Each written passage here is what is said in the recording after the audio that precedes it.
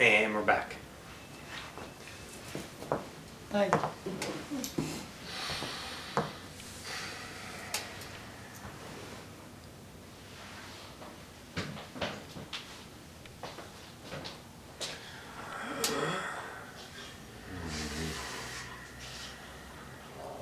And I bid you good day.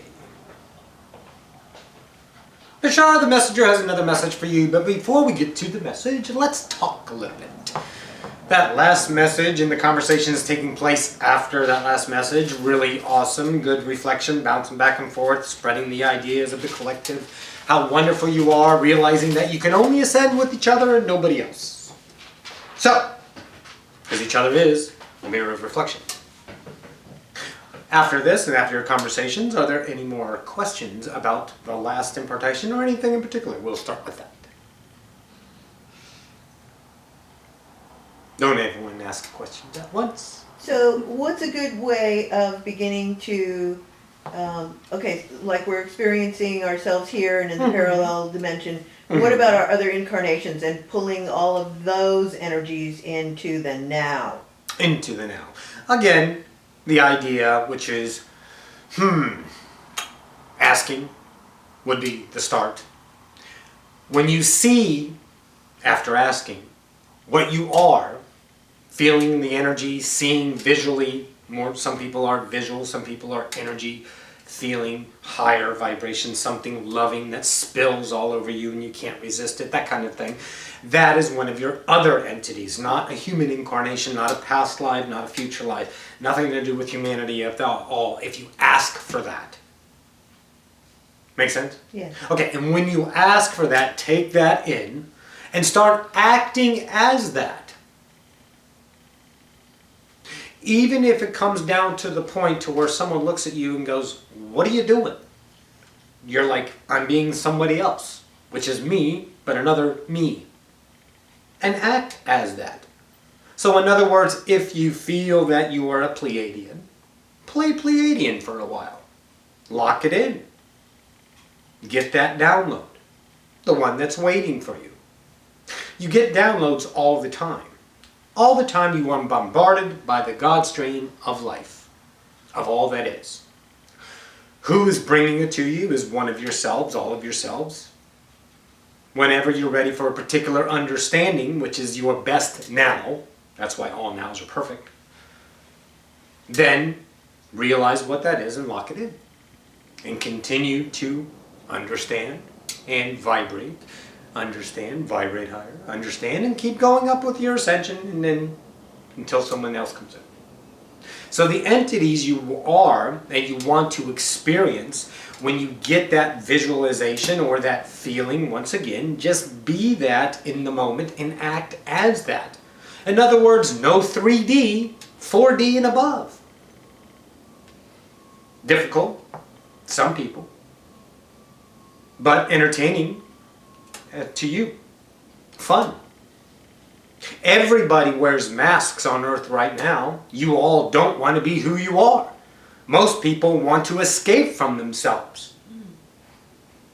So be another one of yourselves to understand that self. Instead of an imaginary, which is real, by the way, locking self in, I would like to be Al Pacino for the day. Or I'd like to be this. Or I'd like to be that. I'm going to wear this mask or I'm going to wear that mask. But that's in the mask of illusionary, which is okay. Because that'll lead to you anyway. It always does. Because that's what you chose in the moment, which is perfect. So, this time, I'm giving you the idea, the entertainment, if you will, to lock in one of your other selves and be that. Is it hard to live in 3D and 4D at the same time? If you choose. The more you trust it, the more it's fun. Because you only give yourself the experience of fun. Why? Because that's what you're putting out. Make sense? Yes. So when you're attached to your emotions, and those emotions bring up friction, and that friction brings up pain, sorrow, and agony, and all that stuff, disconnect, step back, become the observer, and handle it in the way you think you want to. Because the way you think you want to, not need to, that you want to, will give you the freedom of handling that challenge. The way you want to, the way you need to. 4D want, 3D need. Are we following? Mm-hmm. Okay, very good. So you're saying more like act as if. Absolutely. Okay. It's fun. Because really, you're the only one here. What are they going to say to you? Yeah, exactly. You're odd. Yes, I am. And Thank so are you. Thank you so much. There you go. That kind of thing. All the time, the challenges are to crumble, once again, the 3D, the paradigm, the musts, all that. So challenge yourself. Also in the challenges, please, it would behoove you, if you choose, to do what? Observe. Observe yourself. Somebody is hungry. Okay. So the observer is the observed, literally. Because you're observing the observer. And you're also observing the observed. Duh. Your actions. When you disconnect from that and watch what you really are, the way you're reflecting the input of your interactions and how you are watching your self in observation on how you are reacting to that, does that not expose who you are to yourself? Mm-hmm. And then if you get emotionally attached to that, that becomes painful in some cases. And then you get frustrated and mad and you got to change it, and then you fall back into the security of I should or I must. And you try to resolve from experience the problem, the challenge. The experience, I'm sorry, it's dead. Why? Because it's in the past. Everything is new, everything is now. So instead of attaching to that emotion and getting your conscience that is now back here observing you, instead of engaging that conscience in that emotion to take you through the roller coaster ride of life, which is fine because it is life itself, however you're done with it, okay?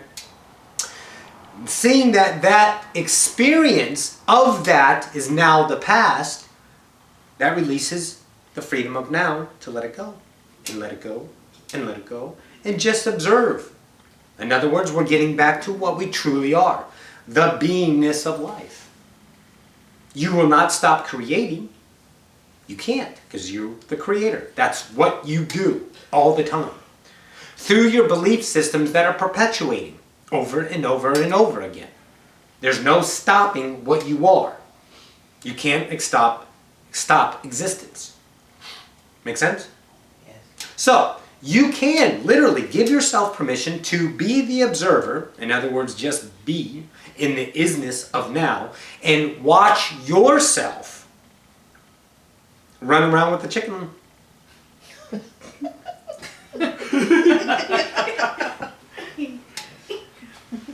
You are really literally sitting in the audience of one, you, with an IMAX in front of you, and watching you go by in life.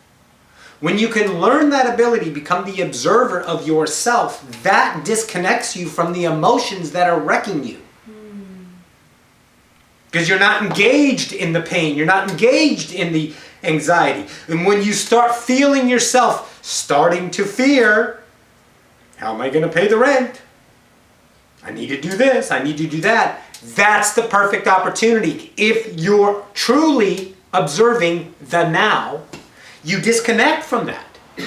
And you watch it and go, okay, I'm going to be on the street. Whatever you want to make it up so you can let that moment free itself from the attachment of you so you can see where it goes. And then you'll go, well, of course I'm going to have it because I am the creator, I am God. Of course I'm going to give myself what I need. I fear what? Nothing. Bingo. This is the process of understanding. Enlightenment is a process. It's a process of a series of nows. Forgetfulness is fun. View it as that, and it becomes that. Life is hard. welcome to your life. That's going to be hard. Right? Yeah. What are you laughing at? Well, it's an interesting point of view. Further understanding on this? Any questions so far? No? No. Okay, perfect. No, I meant that thinking that life was hard Yes. is an interesting point of view. Yes, and there's a lot lot out there of the collective that views life as hard. Yeah. Okay, so we're going to talk once again, we have part of this before, about the double-edged sword. The double-edged sword is God outside of you and God in you. Okay, the God outside of you, give everything up to God. It's God's will, yay, yay, yay. I know I'm going to heaven because I gave my life to Jesus and I'm covered in the blood of the Lamb. And so when I go up to that all-loving God that only can see me through its wonderful sight, covered in blood, so it doesn't see my sin, although it created it, that's the way you go to heaven. So you give up yourself to something else made up. A belief that is there, that is it. So the fun part of that is you have no responsibility. Because you don't have to be responsible for your life because you've given it up to God. And you keep saying over and over and over again, oh, it's God's will, la-di-da-di-da-di. I must have done something wrong in my past life. All lives are now, and in that, you would be punishing yourself before it actually occurred. Ta-da! You can't do that. There is no karma working it off bad. So, anyways, so you give that responsibility up. You have no responsibility. So you go through life going, I can do anything because I am born again. So I can sin, and learn from that. Sin. Oh, I learned from that. I'm trying to make myself better. Wait a minute. How can you try to become better when you already are better? That's the paradigm. Because now you're not whatever you're trying not to be. Because you're thinking about what you're trying not to be, so you can't be that because no action is taking place. Duh. Please. Are you guys really observing yourself? Try it. I'm an alcoholic. Okay, right there, when you're sitting in that meeting and telling everybody, oh, I admitted it. Oh, I'm an alcoholic. Well, how tragic. Because now you're an alcoholic on this earth, some victim of some system for the rest of your life. That is another downside this time of giving it up to God. The outside source. You are a victim to whatever social conscience says you are. Drug addict, alcoholic, poor, race, creed, all that crap. All of you guys keep compartmentalizing and that's it. Oh, they're this and they're that. I'm comfortable now. Yay! I can live in the world. Yay! Are you all following? Okay. So, in that, what's the other side of the sword? By the way, alcoholics, in the moment, if you're not drinking, you're not an alcoholic. It's okay to say that. Know that you are that in the moment, and you no longer choose that because you already are that. I know that's going to take a little thinking, but you'll get it. Okay, the other side of the sword. Let's go over the other side, the double-edged sword. Here we go. I'm God. I'm the creator. Oh no, I have responsibility now. Yes. As our collective says, the ability to respond. Well, how can I do that? All I know right now is what I've learned. And I keep trying what I've learned the best of my ability in that moment, and I keep failing. My responsibility, I'm not adequately equipped to handle life. So when I give it up and become enslaved to it, it sucks, but at least I'm okay. Mediocre. But now on the responsibility side, you are responsible, but yet you discount yourself. Why? Because you are classifying yourself as your experience, your knowledge, and using that experience, that knowledge, that IQ, which is crap, that to work on your future, according again to what the paradigm says. President Obama, if you read this, please don't say, we want to get ahead. Why do you want to get ahead? Get ahead of what? The curve? You guys control it all. There's no getting ahead. You know it and I know it, so let go of that one for us, okay? Everyone is already ahead because they're now. There is no getting ahead. If that doesn't make sense, you can call me. So, the double-edged sword of responsibility. Here's what you're missing. You are the creator. Once you say that, I am the creator. I am God. I am a perfect image of the isness of all. In that gives me the fundamental right of all knowledge, all wisdom, all knowing. Nobody taught Tesla how to build what he built. He just allowed the knowledge to come to him. So many times you guys say, oh, this child is gifted. Okay, you are just as gifted. You just didn't have the opportunity or didn't get that in the moment. But as soon as you see that you're not that, you become not that, and hence your life. Ta-da. Realize you're the creator. All knowledge is there. All abilities are there waiting for you, tapping on you every day, saying, wake up, wake up, wake up. Try it. In other words, again, act on your highest excitement. No matter how it looks, no matter what thought you get, be that. The responsibility now for you taking control of your life, because you're the only one here on this great stage of the play of humanity, the game of life. You're an active player now instead of a victim. The pinball. Forget it. Now you're the flippers. Rock your 3D paradigm. Because you are the creator. Entertain that, believe that, lock that in, and get the now understanding of life, and you will get the now resolutions to life. The epiphanies that take you down a path that your experience in the past could never have fathomed, but that's what you've been relying on because that's what you were taught. Why do you think you always think, well, if I get an education, I can know more, and I can know more, I can earn more, and I can earn more, and I can work harder to get ahead. To what? To work 8 hours to 10 hours a week. Spend 4 or 5 hours at home, most of it in front of the TV, have kind of a crappy dinner, go to sleep, and do this for 40-some years. And your only points of fun are a short weekend that you cram your fun into.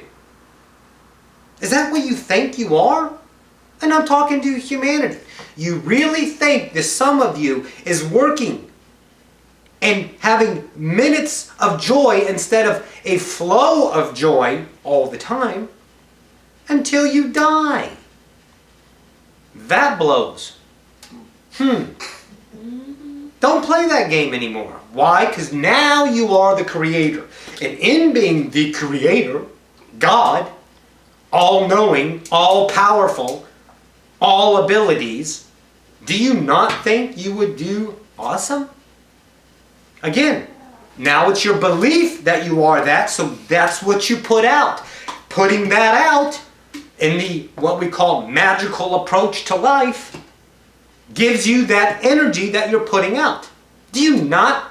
Did anyone out there listen to Albert Einstein about his understanding of vibration and energy? You are energy. Everything is energy. Everything is vibrating. This is not a philosophy. This is facts. When you vibrate higher, you change what? Your reality. It is a law. What you put out is what you get back. Know that you are the creator. That in and of itself raises your vibration. And then of course exposes the challenges of their 3D paradigm belief system that you hold so dearly for security and attachment and, let's say, acceptance and I need that gratitude, someone's got to recognize me, all of that. But that's okay, because that's the life, that's what you're getting over, that's what you're conquering, that's what you're letting go of, however you want to choose to understand that. Make sense? Yes. So, your choice is victim or creator. I have to keep being this because they told me that. They are full of shit. You are eternal. Okay? Now the light workers out there, I know you guys know this, but I'm not here for you. I'm here for the collective of the asleep masses. Do you get it? So are you. So if you choose or behoove you to get down there in the trenches, so to speak, and do your work. Help people. How? By being yourself. Love, vibration, energy. And they will come like moths to a light and go, what do you got? Well, let me tell you, it's just a perspective. Remember, nobody anywhere in any existence can ever tell you what is your truth. So if you choose not to believe something or to believe something, no one can ever change that. That is your free will. You can choose every second your reality. So we want to get the ones that are not quite awake, which there are very few that are really dead sleeping. The awake ones, right there on the cusp of there's something more, are there. So let's do our work together, because that's how we're doing this together. Are we following? Mm-hmm. Okay. So, any questions, anybody? Besides out there, you can email Roxanne. No? No questions? It's okay. Perfect. So, to sum up, once again, victim, creator. Choose, because you are free will. Live the paradigm of victim. Live the paradigm of victim. Live the understanding of what you are, the creator. Change your reality of what you are, the creator. It is time. We're all ready. We're all in place. We're all here.